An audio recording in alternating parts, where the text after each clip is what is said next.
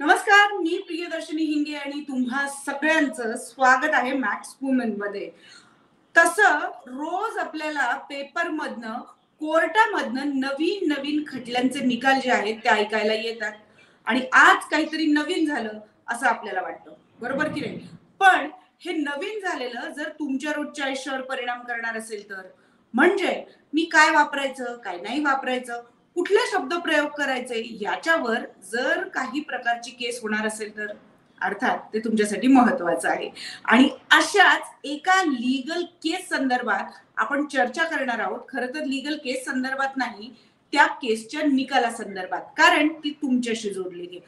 म्हणजे आपण सहजच चालता चालता काही शब्द प्रयोग करतो आणि आजकाल तसा ट्रेंडही आहे ना, यो, ब्रो, लव्ह यू, असे म्हणायचे प्रकार जे आहेत ते सर्रास आता आपल्याकडे दिसून येतात आणि खास करून सोशल मीडियावर हे वापरतात. मात्र जर तुम्ही अशाच प्रकारे सहज आणि अगदी सहज डार्लिंग हा शब्द वापरत असाल तर सावधान. हा जो व्हिडिओ जो आहे तो तुमच्यासाठीच आहे का, ते सांगण्यासाठीच आता मी निमंत्रित करते ऍडव्होकेट रमा सरोदे यांना. रमा मॅडम, स्वागत आहे तुमचं मॅक्स वुमेन मध्ये. नमस्कार. नेहमीप्रमाणेच एक छान निकाल आलेला आहे आणि त्या निकालामध्ये असं म्हटलंय की आता जर तुम्ही कुठल्याही महिलेला डार्लिंग हे तिच्या संमतीशिवाय म्हणत असाल तर तुमच्यावर केस होऊ शकेल. कितपत सत्यता आहे किंवा कितपत या केसच्या निकालाला आपण सत्य मानायचं? आता ह्या केसची पार्श्वभूमी अशी आहे की दुर्गा पूजाच्या वेळेला जेव्हा पोलीस आपलं काम करत होते, तर एक माणूस जो दारू पिऊन होता, तर त्यांनी एका कॉन्स्टेबलला, महिला कॉन्स्टेबलला डार्लिंग चलान निकालेगी क्या असं त्यांनी म्हटलं. आता तो त्या कॉन्स्टेबलला ओळखत नव्हता. ती त्याच्यासाठी एक परकी बाई होती. जरी तो दारूच्या नशेत असला तरी हे असे काहीतरी शब्द उच्चारणं हे तिला नकोसं वाटलं आणि म्हणून त्याच्यावरती 354 म्हणजे लैंगिक छळाची केस झाली. तर खालच्या कोर्टाने निकाल तिच्या बाजूनी दिला की परका पुरुष असं कुणाला तरी डार्लिंग म्हणू शकत नाही, असा निकाल दिला. मग तो अपीलमध्ये गेला आणि त्याला 3 महिन्याची शिक्षा झाली, तुरुंगवास आणि 500 रुपये दंड. तो अपीलमध्ये गेला तर तो निर्णय कायम राहिला. त्याच्यानंतर तो हायकोर्टात गेला आणि हायकोर्टनी पण हेच म्हटलं की तू दारूच्या नशेत होतास म्हणून तुला तू जे केलंस त्याचं काही समर्थन करता येत नाही. तू जर दारूच्या नशेत नसला असतास आणि तू हे म्हटलं असतंस तर अजून कठोर शिक्षा झाली असती, कारण का म्हणजे तू शुद्धीत आहेस आणि एका परक्या बाईला तू डार्लिंग म्हणतोयस, तर हे सेक्शुअल हॅरासमेंट आहे असं कलकत्ता हायकोर्टनी म्हटलं. पण फक्त त्यांनी त्याची शिक्षा जी आहे ती 3 महिन्यावरनं 1 महिन्यावर आणली. पण मुळातच आपल्याला हे समजून घेतलं पाहिजे की काही शब्द जे आहेत ते कोणत्या अर्थाने आपण म्हणतोय, त्याचा काय संदर्भ असतो, ते समोरच्या व्यक्तीला आवडेल का, त्या समोरच्या व्यक्तीबरोबर तसं तुमचं रॅपो आहे का, का तुम्ही तुम्हाला वाटलं म्हणून तुम्ही मग तो शब्द प्रयोग केला आणि ते दुसऱ्यांना कसं वाटलं याचा विचार न करता जेव्हा असं काही होतं तर त्याला आता लैंगिक छळ म्हटलं जातं. कारण का समोरच्या व्यक्तीला जर ते नकोसं वाटणारं असेल तर ते डेफिनेटली लैंगिक छळ आहे.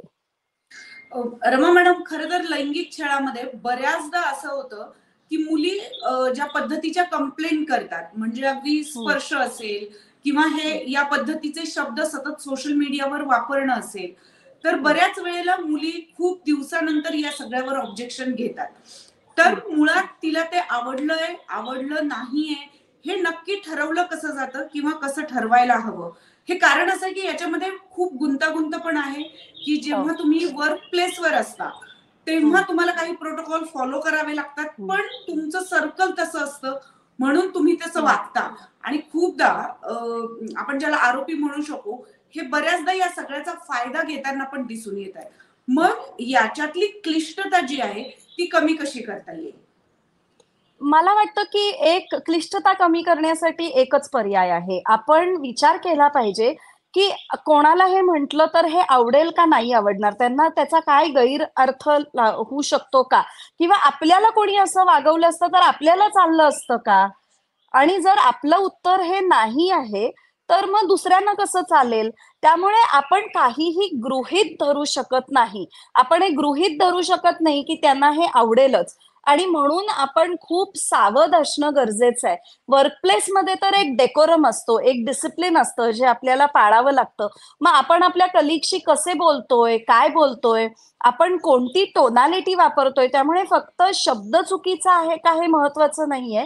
शब्द कदाचित ऐकताना बरोबरच असू शकेल, पण ज्या पद्धतीने म्हटलाय, ज्या संदर्भात म्हटलाय, तो अख्खा कॉन्टेक्स्ट आणि संदर्भ जो आहे, तो महत्वाचा असतो. आणि तो जर एखाद्याला नकोसा वाटला, कुठेतरी त्या व्यक्तीला वाटलं, की माझ्या अ, खाजगी आयुष्यात कुठेतरी हस्तक्षेप होतोय किंवा पर्सनल स्पेस माझी व्हायोलेट होतीये, तर तो त्या व्यक्तीसाठी लैंगिक छळ आहे. त्यामुळे ह्याच्यामध्ये इतकी ऑब्जेक्टिव्हिटी ठेवता येत नाही. कारण का प्रत्येकाची पर्सनल स्पेस वेगळी असते आणि म्हणून एखादीला जर एखादा शब्द किंवा ज्या पद्धतीने ते म्हटलेलं आहे, हे जर चुकीचं वाटलं, तर दुसऱ्यांना ते वाटलंच पाहिजे असं काही नाही. त्यामुळे आपण हे जनरलाइज न करता त्या व्यक्तीला कसं वाटलं, हे आपण बघतो आणि सिव्हिल केस असेल, कामाच्या ठिकाणी होणारा लैंगिक छळ असेल, तर प्रॉबॅबिलिटी काय आहे? म्हणजे हे घडलेलं असेल का? हे आपण बघतो आणि मग त्याचा परिणाम काय झाला, इम्पॅक्ट काय होता, हे आपण बघतो. हेतू काय होता हे आपण बघत नाही फारसं. कारण का हेतू तुमचा चांगला, वाईट काही असू शकतो. त्याचा परिणाम काय झाला हे जास्ती महत्वाचं आहे. या सगळ्यांमध्ये खरं तर महिलांच्या बाबतीतले जेवढे काही कायदे आहे, त्याच्याबद्दल थोडीशी तक्रार होताना आपल्याला दिसून येतो आणि ते म्हणजे पुरुष बऱ्याचदा या तक्रारी करतात की हे पद्धतीचे जे संकेत असतात, ज्याला आपण म्हणू शकू की प्रोटोकॉल्स आपण जे फॉलो करतो, तर बऱ्याचदा मुली स्वतःहून हे प्रोटोकॉल्स तोडतात आणि जेव्हा त्यांना ह्या सगळ्याचा कामावर त्रास व्हायला लागतो किंवा काम वाढलं जातं आणि कामासंदर्भात बोललं जातं, तेव्हा मुली याचा अस्त्र म्हणून प्रयोग करतात. आता हे खरंच असं असतं का? हा एक भाग. आणि जर हे थांबवायचं असेल, म्हणजे अशा पद्धतीचे अॅक्यूज पण जर मुलींना थांबवायचे असेल, तर मुलींनी नक्की काय केलं पाहिजे? एक तर मला वाटतं, की असर्टिव्ह असणं गरजेचं आहे. आपल्याला जे आवडत नाही, मग ते स्त्री असतील किंवा पुरुष असतील, कोणी जर आपल्याशी अशा पद्धतीने वागत असेल, बोलत असेल, जे आपल्याला नकोसं वाटतंय आणि आपल्याला ते आवडत नाहीये, तर मला वाटतं, की खूप फ्रँकली त्यांना सांगितलं पाहिजे, की "बाबा रे, हे बंद कर असं वागणं. मला हे काही आवडत नाहीये." एकदा त्यांना ते समजल्यावरती त्या व्यक्तीनी माइंडफुल असणं आणि ती जे म्हणती आहे, त्याचा आदर करणं हे गरजेचं आहे. बरेचदा आपण ते करत नाही. आपण सगळंच खूप कॅज्युअली घ्यायचा प्रयत्न करतो किंवा "हां, एवढीशीच गोष्ट आहे ना, एवढा काय त्याचा बाऊ करतेस?" पण आपल्याला माहिती नसतं ना, की त्यांच्यावरती त्याचा काय परिणाम होतोय, का तिला ते आवडत नाहीये. त्यामुळे मला वाटतं, की एकमेकांबरोबर जर व्यवस्थित काम करायचं असेल, कामाचं ठिकाण जर अ, आनंदी वातावरणात आपल्याला काम करायचं असेल, तर एकमेकांचा हा आदर तर करणं बेअर मिनिमम आहे. तेवढी तर अपेक्षा असूच शकते. त्यामुळे मला वाटतं गृहीत घेणं आपण बंद केलं पाहिजे आणि ज्यांना आवडत नाही त्यांनी संकोच न बाळगता हे स्पष्टपणे सांगणं, की मला हे आवडत नाहीये आणि हे असं बोलू नको, असं वागू नको, हे करणं खूप गरजेचं आहे. हे पण आता आपण टीनेज मध्ये तर बघतोय किंवा ही जी झेन झी आलेली आहे, यांच्या ह्याच्यामध्ये हं. बऱ्याचदा आपण बघतो की शब्द जे आहे ते हो. अश्लील म्हणता येतील इतके हं. सगळे शब्द ते सर्रास वापरले जातात. अशा वेळेला लीगल कॉम्प्लिकेशन्स होऊ शकतात किंवा हे लीगल कॉम्प्लिकेशन्स हँडल कसे करावेत या मुलांनी? आता बरेचदा जिथे मी कॉलेजेसमध्ये जाते मुलांशी बोलायला या विषयावरती, त्यांना मी सांगते, की तुम्ही ज्या कॅज्युअल पद्धतीने मित्र-मैत्रिणींशी बोलता, तोच कॅज्युअलनेस तुम्ही जर वर्क कल्चरमध्ये घेऊन गेला, तर ते कदाचित आवडणार नाही. त्यामुळे त्याचं वर्क कल्चरचं एक वेगळं डिसिप्लिन आणि डेकोरम असतं, ते तुम्हाला समजलं पाहिजे. आणि ही सवय मोडणं गरजेचं आहे, की प्रत्येक गोष्ट कॅज्युअली घेणं, एफ वर्ड हा खूप कॅज्युअली वापरला जातो किंवा हे असे शब्द जे ह्यानी काय होतं, ही तर आमची भाषा आहे, आत्ताची झेनजीची ही लिंगो आहे. याखाली जे म्हटलं जातं हे चालत नाही. कारण का तुमच्या अवतीभोवती तुम्ही जेव्हा कामाला जाता तिथे तुमच्या अवतीभोवती ते झेनझीची सगळी लोकं नसणार आहेत, जे तुमची लिंगो समजू शकतात. आणि तिथे एक त्या जागेची, त्या कामाच्या ठिकाणीची गरिमा असते आणि ती आपल्याला कुठेतरी त्याचं एक आदर आपण केला पाहिजे आणि म्हणून ही सवय जी आहे ना ही त्या कॉलेजमध्येच सोडली पाहिजे. आणि हा कायदा खरं तर कॉलेजच्या लोकांनाही लागू असल्यामुळे असं नाहीये की कॉलेजमध्ये पण मित्रमैत्रिणींची, बॅचमेटची मी कसंही बोललं, कसंही वागलं तर ते खपणार आहे. तो कायदा तिथेही लागू आहेच. आणि म्हणून आपण थोडं समजूतदारपणा तर दाखवलाच पाहिजे, पण थोडा शहाणपणाही दाखवला पाहिजे, की करिअर आपलं महत्वाचं असताना कुठे या शब्दांच्या खेळांमध्ये अडकायचं आणि कुठे आपण अ, असं इतकं कॅज्युअली ते घ्यायचं, की आपल्या करिअरवरतीच ते येऊन बेतेल. असं न वागता मला वाटतं थोडंसं केअरफुल आणि थोडंसं माइंडफुल असणं निदान ह्या पिढीनी तरी खूप गरजेचं आहे. अगदीच. पण आपण बघतो की हीच पिढी जी आहे ती बऱ्यापैकी आयटीची लँग्वेज जी आहे ती फॉलो करताना आपल्याला दिसून येते. म्हणजे आयटीचं वर्क कल्चरही थोडंफार प्रमाणात का होईना पण या पद्धतीचं आहे. आणि जेनझी जो आहे तो पूर्ण एक गट जो आहे जिथे आपण वेगवेगळ्या प्रकारचे कॉम्प्लिकेशन्स आता बघतोय. बरेचसे क्राईम्स पण या सगळ्या जनरेशनमध्ये याचे क्राईमचं पद्धत पण खूप बदललेली आहे आपल्याला दिसून हो, येते. कारण हो, हे अडॉप्ट करणं तसं त्यांना तितकंसं सोपं नाही. पण याच्यामधला एक पियर प्रेशरचा एक भाग असा पण असू हो, शकतो. आपण हो. बघतो अनेक केसेसमध्ये की एखाद्या मुलीला सांगितलं म्हणजे एखाद्या मुलीने सांगितलं की मला हे आवडत नाही तर तिला बॅकवर्ड वगैरे असं म्हटलं जातं किंवा हो, त्या हो, ग्रुपमधनं पद्धतीनं की अरे हे तर काही आमच्या ह्याच्यामध्ये फिट होणार नाही. अगदी हो, वर्क हो. मध्ये पण आपण बघतो की ड्रेसिंग सेन्स असतील किंवा बोलायची पद्धत हं. असेल याच्यामध्ये पण तो इन्क्लुसिव्हनेस नसतो. अशा हो, वेळेला मुली हो. वापरणं किंवा त्यांनी न बोलणं हे कितपत घातक असू शकतं. नाही असं होतं, अगदीच असं होतं. बरेचदा तो असर्टिव्हनेस ह्याहीसाठी येत नाही, की माझ्याबद्दल लोकं काय समजतील? मला ते स्पॉइल स्पोर्ट म्हणतील का? इतर लोकांना ते चालतंय, मला एकटीलाच चालत नाहीये का? कुठेतरी ही भीती मनात असते आणि म्हणून मग ते बोलणं टाळतात किंवा ते म्हणणं टाळतात, की "हो, मला हे आवडत नाहीये."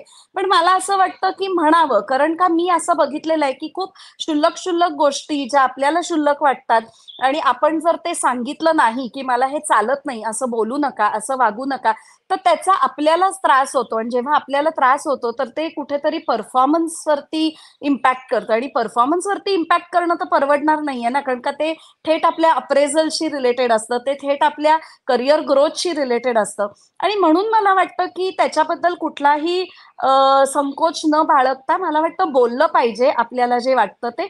समोरच्या माणसांनी पण तो एक फीडबॅक म्हणून घेतला पाहिजे.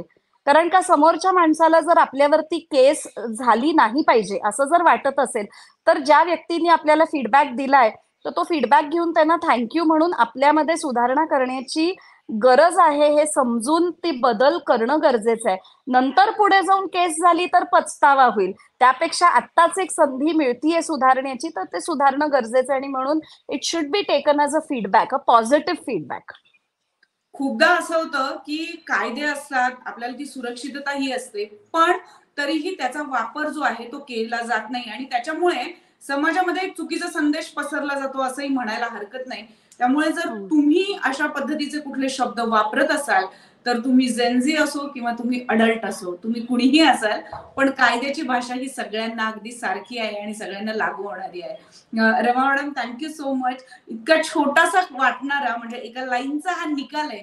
पण मला असं वाटतं तो सगळ्याच पिढींना फार आवश्यक आहे. कारण खूपदा आपण अनेकदा महिलांना असेल किंवा अगदी पुरुषांनाही असेल, खूपदा गृहीतही धरतो. त्यामुळे हे गृहीत धरणं आणि थांबवा आणि कायद्याची भाषा ही सगळ्यांना सारखी आहे. Thank so much Rama madam तुम्ही इथे थँक यू. आलात.